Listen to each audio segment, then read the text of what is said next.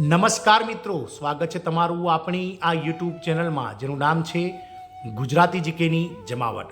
તો રાજ્ય સરકાર દ્વારા મિત્રો રાજ્યના અલગ અલગ વિભાગોમાં તેમજ બોર્ડ નિગમ કોર્પોરેશન અને સ્વાયત્ત સંસ્થાઓમાં કામ કરતા કામચલાઉ એટલે કે કોન્ટ્રાક્ટ કર્મચારીઓ માટે બહુ મોટી ભેટ બહાર પાડવામાં આવી છે. મિત્રો રાજ્ય સરકારના જે છે તે મિત્રો પ્રવક્તા મંત્રી અને રાજ્યના મુખ્યમંત્રી દ્વારા રાજ્યના લાખો કોન્ટ્રાક્ટ આઉટસોર્સિંગ કરાર અને કામચલાઉ કર્મચારીઓને જે છે તે મિત્રો ખૂબ જ મોટી ભેટ આપવામાં આવી છે.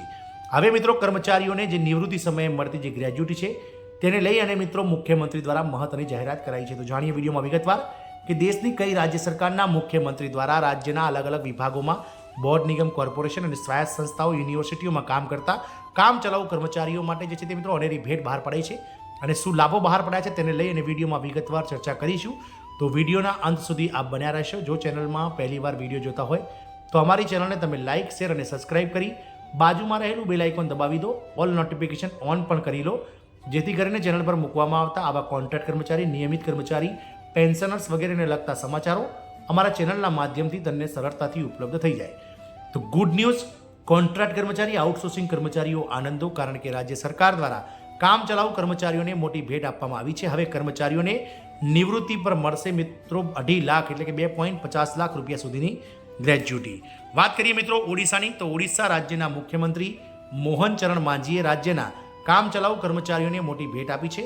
મુખ્યમંત્રીશ્રીએ કામચલાઉ કર્મચારીઓને નિવૃત્તિ સમયે મળતી રકમ જે 1.5 લાખ રૂપિયા પહેલાં હતી તેને વધારીને 2.5 લાખ રૂપિયા કરવાના પ્રસ્તાવને મંજૂરી આપી દીધી છે. આમ ઓડિશા સરકાર દ્વારા ઓડિશા સરકારના અલગ અલગ વિભાગોમાં બોર્ડ નિગમ કોર્પોરેશન, સ્વાયત્ત સંસ્થાઓ તેમજ યુનિવર્સિટીઓ, સંલગ્ન યુનિવર્સિટીઓમાં કામ કરતા કામચલાઉ એટલે કે મિત્રો કોન્ટ્રાક્ટ અથવા આઉટસોર્સિંગ કર્મચારીઓને જે નિવૃત્તિ સમયે એકમ રકમ જે મળે છે ગ્રેજ્યુટી રૂપે, જે પહેલાં 1.5 લાખ રૂપિયા સરકાર આપતી હતી 1.50 લાખ, તેમાં 1 લાખ રૂપિયાનો વધારો કરીને હવે કર્મચારીઓને નિવૃત્તિ સમયે આવા કોન્ટ્રાક્ટ કામચલાઉ કર્મચારીઓને 2.50 લાખ રૂપિયા એટલે કે 2.5 લાખ રૂપિયા જે છે તે આપવાના પ્રસ્તાવને મુખ્યમંત્રી દ્વારા લીલી ઝંડી મળી ગઈ છે.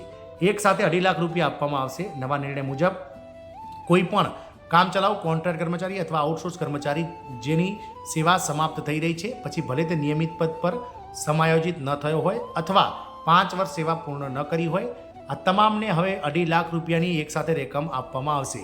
જે કર્મચારીઓએ નિયમિત પદ પર 5 વર્ષથી વધુ સેવા આપી છે તેમને નિવૃત્તિ સમયે ઓછામાં ઓછી 2.5 લાખ રૂપિયાની ગ્રેજ્યુટી રકમ મળશે. આ ઉપરાંત સરકારે એ પણ નિર્ણય લીધો છે કે આ એક સાથે લાભ દર 2 વર્ષે 10% દરે વધારવામાં આવશે. આ માટે વિભાગોને નાણાં વિભાગ પાસેથી પૂર્વ પરવાનગી લેવાની જરૂર રહેશે નહીં. તેઓ આ વધારો આપમેળે લાગુ કરી શકશે.